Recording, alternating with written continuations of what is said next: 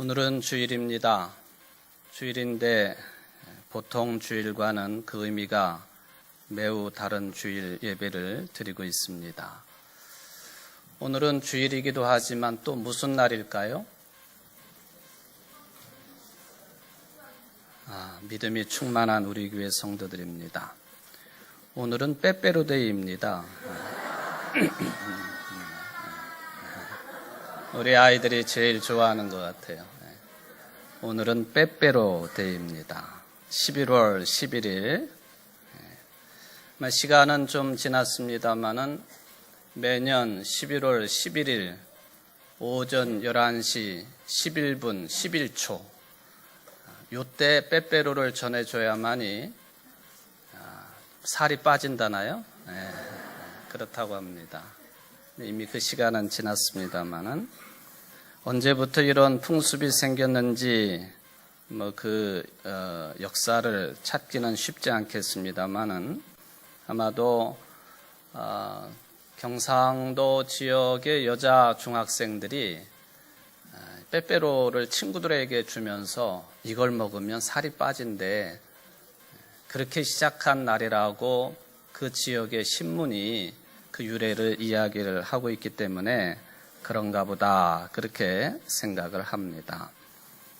이것이 이제 1997년도부터 이 과자를 처음 만들어낸 모 제과가 또 회사가 마케팅에 적극적으로 활용함으로써 전국적으로 확산이 되었습니다. 이 빼빼로를 1년에 얼마치 파는가 하고 살펴봤더니요, 1년에 한 1,000억 원 정도 판매를 한다고 그래요.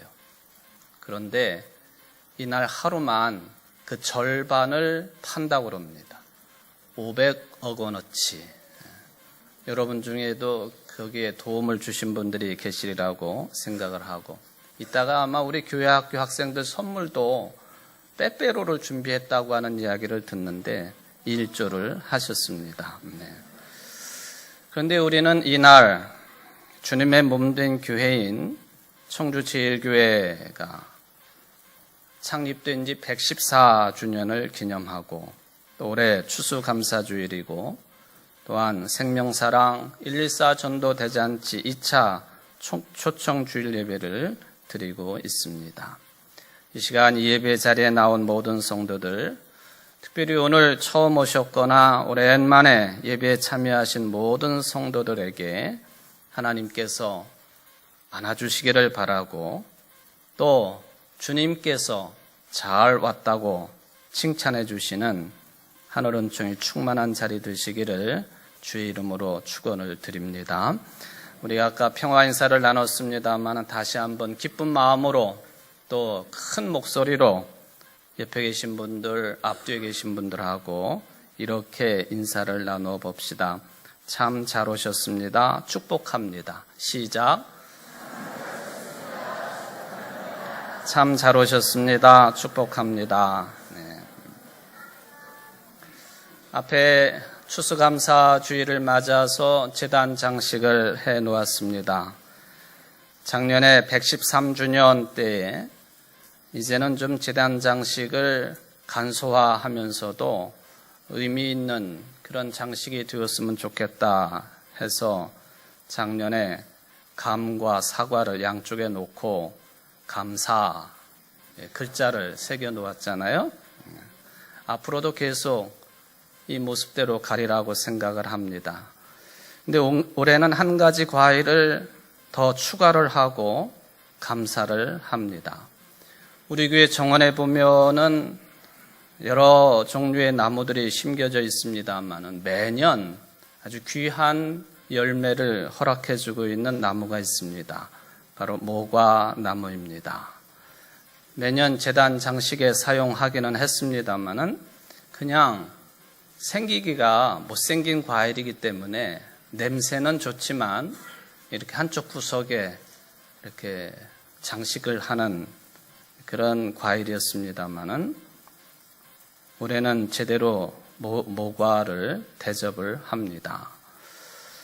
우리는 사실 어느 때 어떤 상황 속에서만 감사를 하는 편협한 감사 이지 않았는가 생각을 할 때에 이 모과라고 하는 과일이 이런 편협한 신앙을 수정하라고 요청하는 것 같습니다. 감사하되 모든 일에 감사하라. 그래서 모과를 가운데 놓고요, 양쪽에 사과를 놓았습니다. 여러분들의 인생이 모든 상황 가운데에서 감사할 수 있는 거룩한 삶이 되시기를 바랍니다. 바울이 이 점에 대해서 이렇게 신앙 고백을 했습니다. 데살로니가전서 5장 16절로 18절 말씀입니다만은 항상 기뻐하십시오.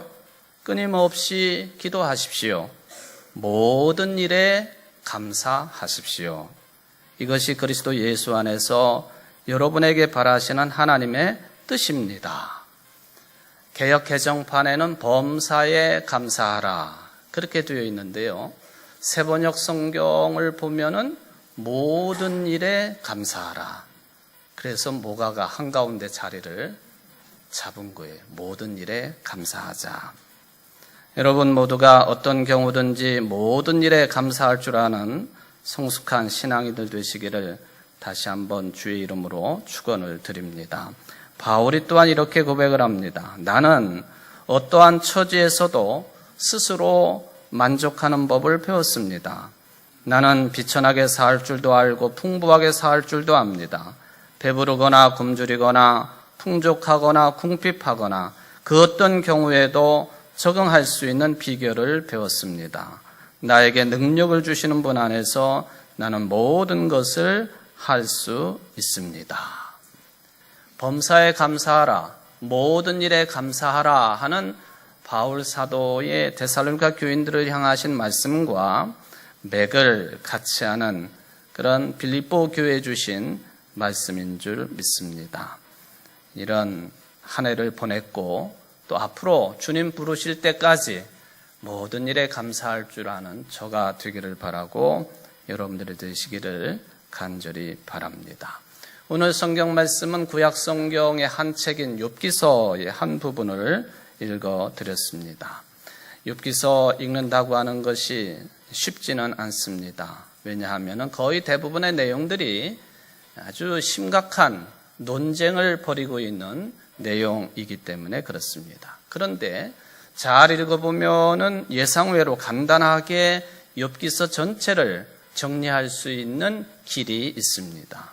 전체 42장 가운데에서 처음에 있는 첫 장과 또 두 번째 장, 그리고 오늘 본문이 들어있는 마지막 42장을 제대로 읽고 해석할 수 있다고 한다면 욥기서가 우리들에게 말씀하고자 하는 맥락을 잘 꿰뚫을 수 있다 하는 방법이 되겠습니다. 욥은 동방의 의인이었습니다. 말하자면 삶에 있어서 또 하나님과의 관계인 신앙생활에 있어서도 완벽한 인간이었습니다. 그런데 이 완벽한 인간에게 뜻하지 아니한 엄청난 고난이 다가왔습니다. 그러나 이것을 잘 극복하니 이전보다도 2배나 하나님의 축복을 누리게 되었다 하는 것이 욥기서의 전체적인 흐름이 되겠습니다. 욥에게는 아들 7에 딸 3이 있었습니다. 당시로서는 매우 행복한 가족 모습이었습니다. 재산도 상당했습니다. 그런데 이 모든 것을 자식들도 재산도 자신의 건강도 한꺼번에 잃게 되는 그런 엄청난 고난 가운데 들어가게 되었습니다. 당연히 절망감에 빠질 수밖에 없었습니다. 친구들과 이 문제를 논쟁을 벌이고 이웃들과 논쟁을 벌였지만은 욥에게는 아무런 도움이 되지를 못했습니다. 심지어는 그의 부인마저도 욥의 상황, 자기 남편의 상황을 이해할 수가 없었습니다. 그런데도 그에게는 2가지 확실한 측면이 있었습니다. 계속 주장을 합니다마는 나는 죄가 없다 하는 것이었습니다. 그리고 또 하나는 나는 하나님을 떠날 수 없다. 이 2가지 측면은 욥에게서 늘 따라붙는 그런 상황이 되겠습니다. 나는 어떤 경우를 만나도 죄 없는 사람이다. 나는 어떤 경우에도 하나님을 떠날 수는 없다 하는 것이죠. 이게 모순입니다. 나는 죄가 없는 사람입니다. 나는 하나님을 떠날 수 없는 사람입니다. 하나님을 떠날 수 없다면 자신의 죄를 인정하는 것이 마땅한 일이고요. 자신에게 죄가 없다고 한다면은 하나님 계시지 않아도 살 수 있는 존재이기 때문에 하나님을 부정하는 것이 마땅할 터인데, 이 모순적인 욥의 모습을 우리가 욥기서를 통해서 찾아볼 수가 있겠습니다. 그러면서 오늘날 우리들에게, 욥기를 읽는 우리들에게 늘 질문을 합니다. 하나님은 사랑이시지 않습니까? 하나님은 전능하신 분이시지 않습니까? 그런데 왜 죄가 없는 사람들에게 고난과 형벌과 고통과 징벌이 주어지겠습니까? 하는 질문입니다. 마치 십자가에 달리셨던 예수님께서 외치셨던 것 같은 내용의 질문입니다. 나의 하나님, 나의 하나님, 어찌하여 나를 버리셨습니까?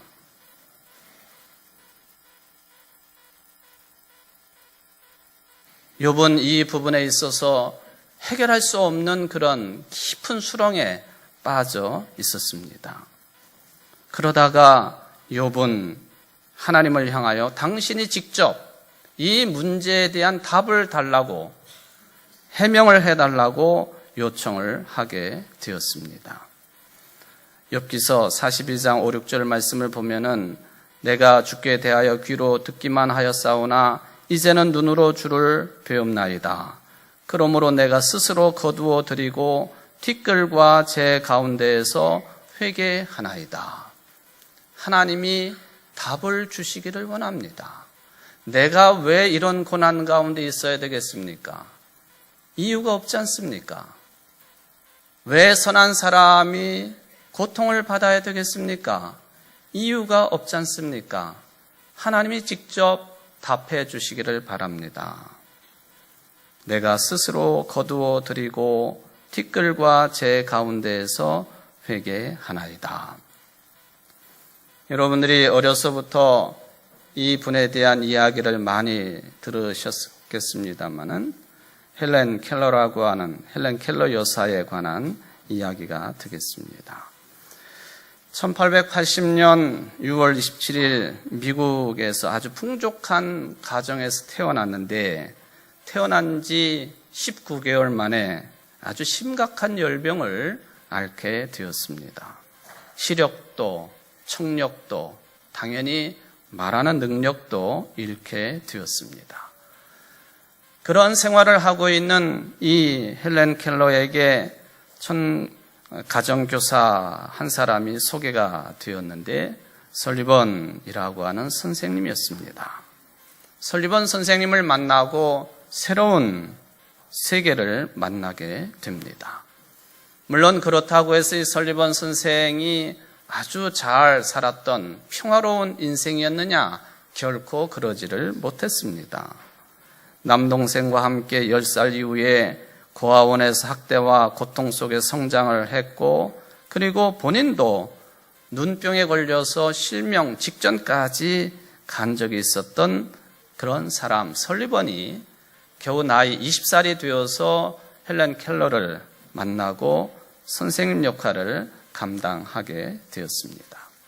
그가 그런 고통 가운데 있었던 사람이었기 때문에 헬렌 켈러를 인내심을 가지고 신앙을 가지고 안내를 해줄 수가 있었습니다.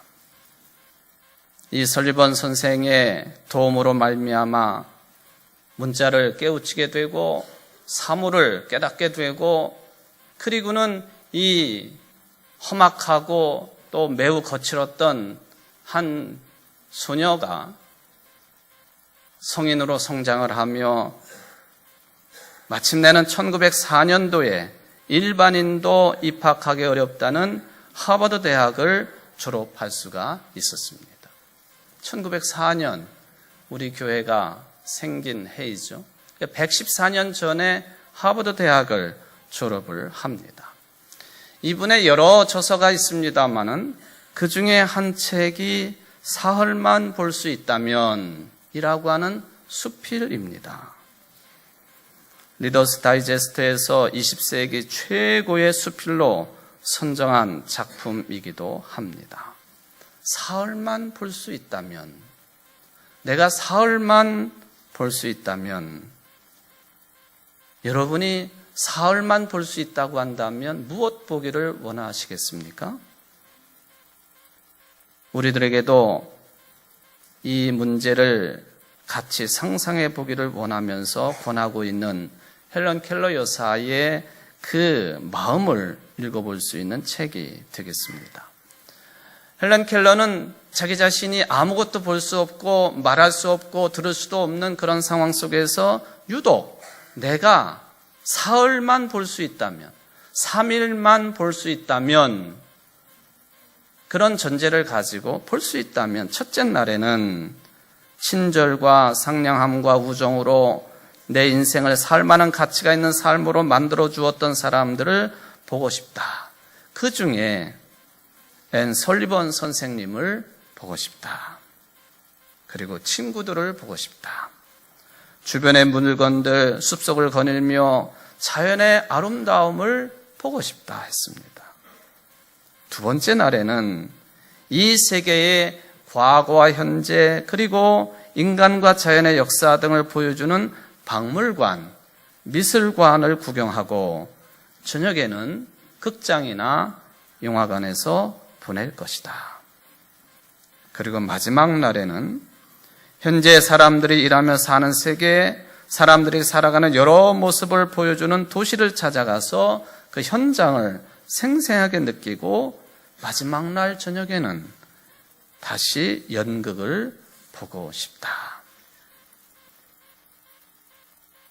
헬렌 켈러가 보고 싶은 것, 사랑하는 사람들, 주변의 물건들과 숲, 그리고 인간과 자연의 역사, 그리고 예술, 이게 전부였습니다. 어쩌면은 우리들이 세상을 살아가면서 경험할 수 있는 많은 양이라고 생각이 되어지겠습니다만은 이게 전부였습니다. 그러면서 헬렌은 마지막으로 볼 수 있다고 하는 것이 얼마나 소중한지를 귀띔을 해 주었습니다. 그러면서 여러분들이 가지고 있는 모든 감각을 활용해서 이 모든 것들을 느껴보기를 바란다 하는 말을 해 주고 있습니다. 그리고 정리하기를 확신하건대 모든 감각들 가운데서 볼 수 있다는 것 이상으로 우리에게 큰 기쁨을 주는 것은 없습니다. 그렇게 정리를 해 놓았습니다. 여러분, 헬렌은 아무것도 볼 수 없는 사람이었지만은 모든 것을 볼 수 있는 우리보다도 모든 것을, 더 나아가 영적인 눈을 크게 뜨고 모든 것을, 눈에 보이는 것뿐만 아니라 눈에 보이지 않는 것까지도 보고 살았던 위대한 인물이 헬런 켈러 여사입니다. 영적인 눈을 뜬다고 하는 것 무엇보다도 그래서 중요한 일입니다. 바로 욥이 지난한 논쟁을 끝내고 왜 선한 사람이, 의롭게 산 사람이, 착하게 산 사람이 고난을 받아야 되겠습니까? 하는 이 논쟁을 끝내고 영적인 눈을 뜨게 되었습니다. 하나님을 바르게 인식하게 되었고 믿게 되었습니다.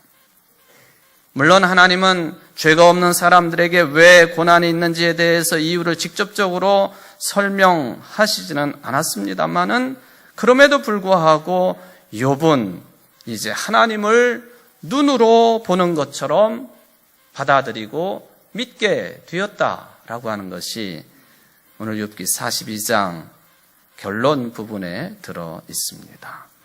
도대체 눈에 보이지 아니하는 하나님을 볼 수 있다고 신앙 고백하는 이 신앙이 어떻게 가능했을까? 그것은 욥이라고 하는 사람이 하나님의 창조 능력을 실질적으로 깨닫기 때문에 가능했다고 성경은 말씀을 하십니다. 그 첫 마디가 38장 4절 말씀입니다. 내가 땅에 기초를 놓을 때에 네가 어디 있었느냐? 네가 깨달아 알았거든 말할지니라. 4절뿐만 아니라 8절, 16절, 31절, 37절, 38절이 계속해서 그 비슷한 질문을 해주고 있습니다. 바다가 그 모태에서 터져 나올 때 문으로 그것을 가둔 자가 누구냐? 37절 이하에 보면은 누가 지혜로 구름의 수를 세겠느냐? 누가 하늘의 물주머니를 기울이겠느냐? 티끌이 덩어리를 이루며 흙덩이가 서로 붙게 하겠느냐? 누가 땅에 기초를 놓을 때에 내가 어디 있었느냐? 이 모든 현상에서 키워드는 땅의 기초였습니다. 땅의 기초를 세울 때 우주와 지구와 모든 인생의 시작이 어떻게 되었는지, 그 시작되어질 때 내가 거기 있었느냐? 이게 답변이기도 하고 욥의 문제를 해결하는 놀라운 신앙관이기도 합니다. 여러분, 땅의 기초가 도대체 무엇이겠습니까? 우주의 시작이, 세상의 시작이, 자연의 시작이, 우리 인간의 역사의 시작이 어떻게 시작되었는가? 여러분들 살아가시면서 이런 질문을 아주 심각하게 해보신 적이 있으십니까? 우주가 언제 시작되었을까? 어떻게 시작되었을까? 지구는, 나는, 우리는, 인간은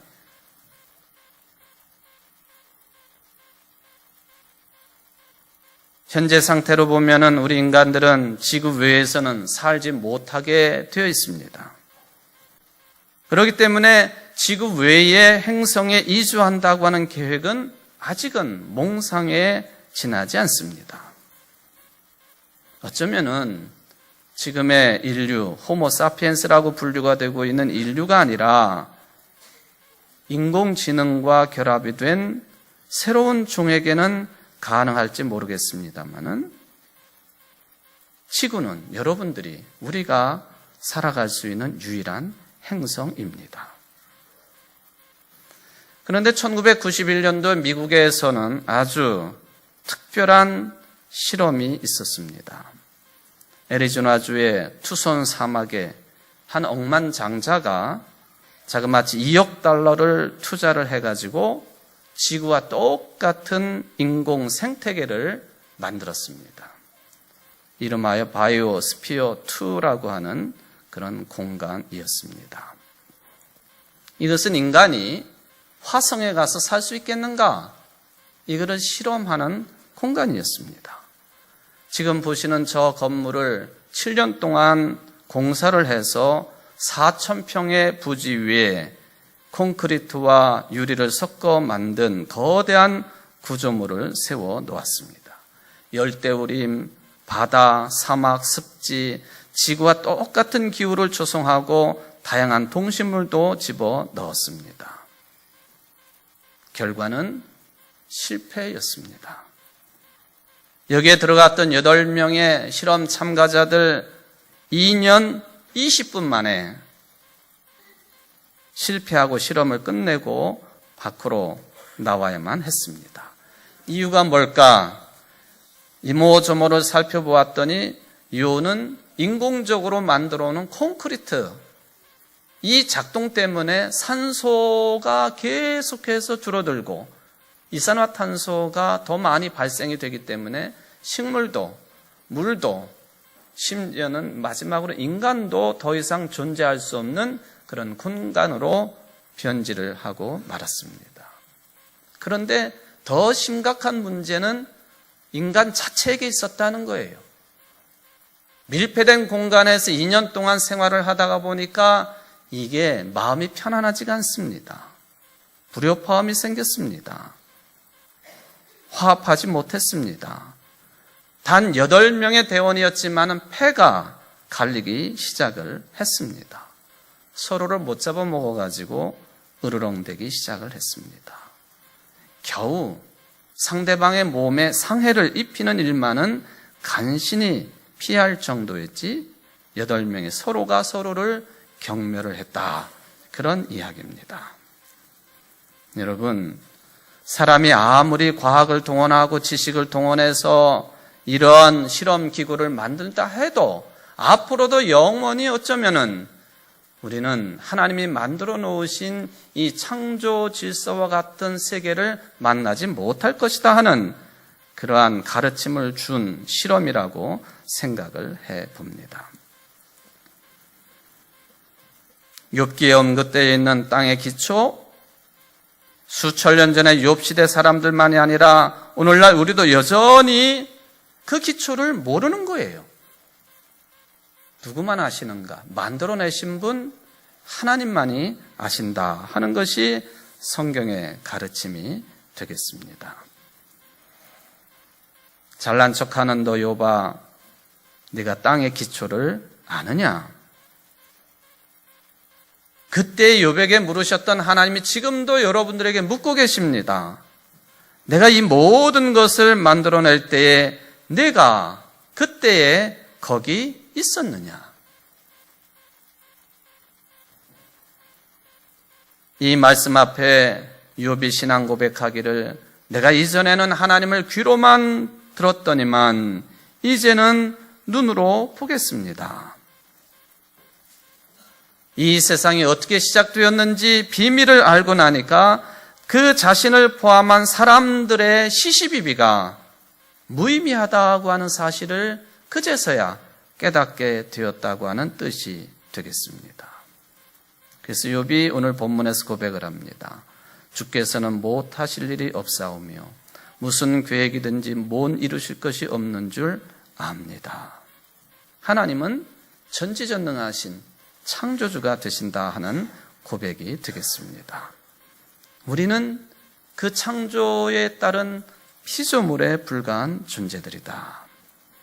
사랑하는 성도 여러분, 우리가 모든 것을 다 안다고 생각을 합니다마는 그래서 다른 사람을 재단하기도 하고 또 어떤 사람의 고난에 대해서 내 생각을 펼치기도 합니다마는 가르치기도 합니다마는 그것이 무슨 의미가 있겠느냐? 우리들이 땅의 기초에 대해서 하나님께서 우리에게 질문하신 것처럼 우리의 삶과 역사와 세상과 일상이 닿아 있는 그 시작의 근원에 대해서 더 깊이 생각해 봐야 될 필요성이 얼마나 많은지 모르겠습니다. 바로 그분이 하나님이십니다. 나를 있게 하시고 여러분들을 있게 하신 분이 바로 창조주 하나님이십니다.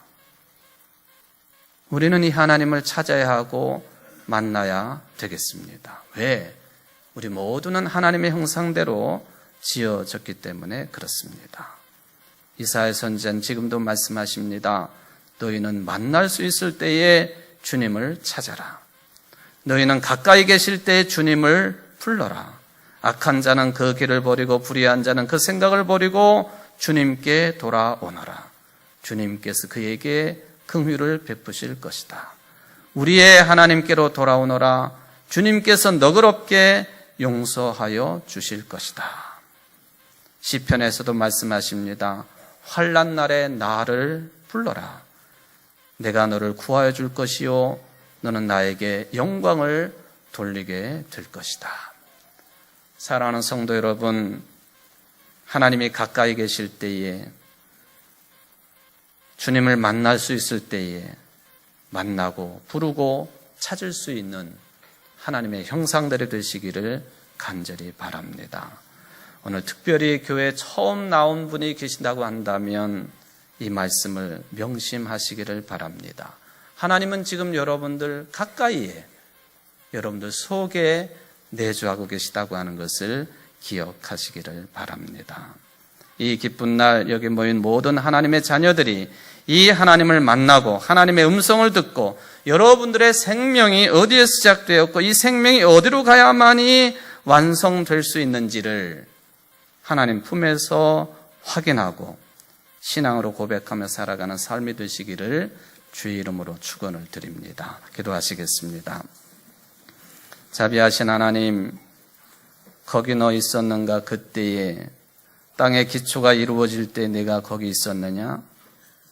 우리가 어떤 문제를 제기를 하든지 어떤 문제 앞에 놓여 있든지 이것을 알 길은 없습니다. 시작이 어떻게 되었는지 알 길이 없습니다. 주님 우리를 불러주시고 당신의 형상대로 만들어 주셨사오니 오로지 주님을 만나기를 원합니다. 주님 찾기를 원합니다. 주님 우리를 불러주셨사오니 영원한 생명의 길로 인도하여 주옵소서. 이 생명의 삶으로 말미암아 하나님께 영광 돌리게 하시고 우리의 삶의 본분을 다하기에 부족함이 없는 모든 성도들이 될 수 있도록 축복하여 주옵소서. 예수님의 이름으로 간절히 기도하옵나이다. 아멘.